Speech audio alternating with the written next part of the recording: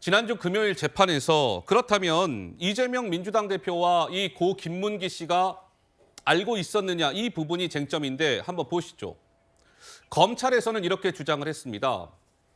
2009년 6월 김문기 전 처장이 이재명 대표 전화번호를 처음 저장한 것으로 확인이 된다. 그러니까 2009년부터 이미 두 사람이 알고 지냈다라는 취지로 검찰 측에선 주장을 한 겁니다. 2009년이면 이재명 대표가 성남시장에 당선되기 그 전 아니겠습니까? 2010년에 처음으로 성남시장이 되니까. 유동규 또 전 본부장은 법정에서 이렇게 얘기했어요. 김문기 전 처장이 당시 한국 리모델링 협회 간사를 맡고 있어서 아마 저 두 사람 간에 접촉이 있지 않았을까 싶습니다. 하면서 조금 더 얘기가 이어집니다. 시점들을 잘 보면서 그래픽을 함께 한번 따라와 봐 주시면 좋을 것 같습니다. 넘겨봐 주세요.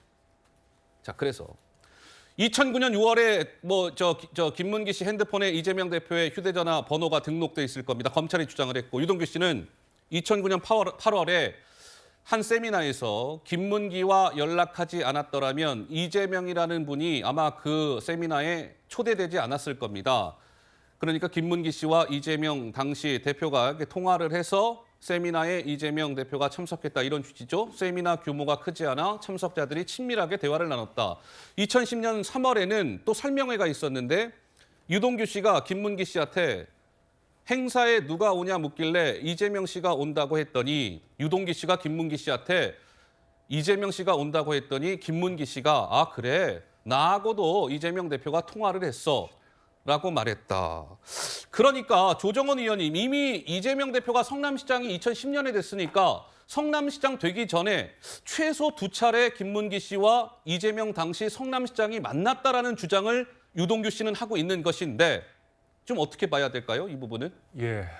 두 사람이 한 사람은 상대방을 너무 잘한다고 계속 주장하고 있고요.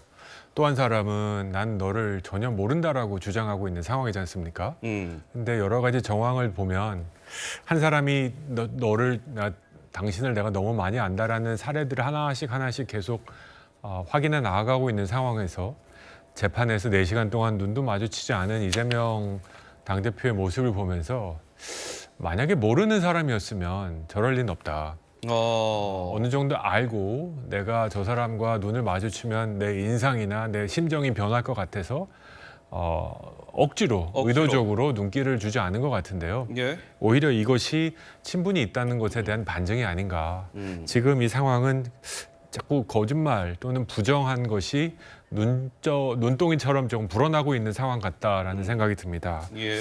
마치 패키지 여행하면 친분이 있냐 이런 발언도 했지 않습니까? 예. 이런 어처구니 없는 반박을 할 정도로 지금 상황이 몰렸구나라는 생각이 들면서 지금이라도 이 부분에 대해서 인정하고 내가 알긴 알았다 하지만 알긴 알았다.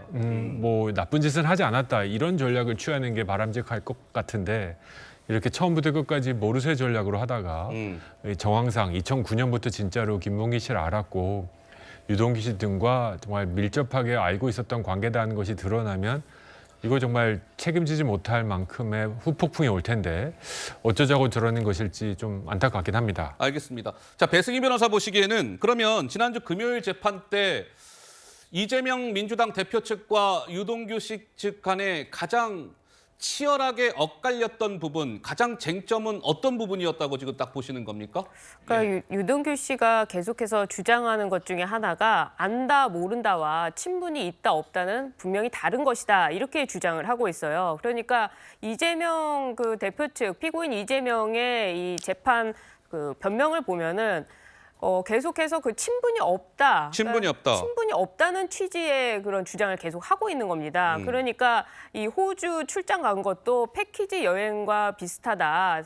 다 같이 간다고 해서 아는 건 아니지 않느냐, 친한 건 아니지 않느냐, 또 눈도 마주친 적이 없다라는 그런 주장을 하는 것이 전부 이 친분 관계가 없다는 취지의 주장을 하고 있지만 지금 이 공직선거법으로 지금 재판받고 있는 이 상황은 안다 모른다의 문제이기 때문에 단순히 친분이 없다는 취지의 그런 주장은 다 배척되지 않을까. 그런 점에서 유동규 씨가 계속해서 이재명 대표와 고 김문기 씨 사이에 어떤 일이 있었는지를 굉장히 구체적으로 설명을 하면서 이미 성남시장이 되기 전부터 알고 있었고, 그러니까 안다는 것이죠. 예. 알고 있었고 몇 번이나 통화를 했었고, 고 김문기 씨 핸드폰에도 이렇게 전화번호가 저장돼 있고 또 단톡방도 있었고 하는 주장을 계속하는 것입니다.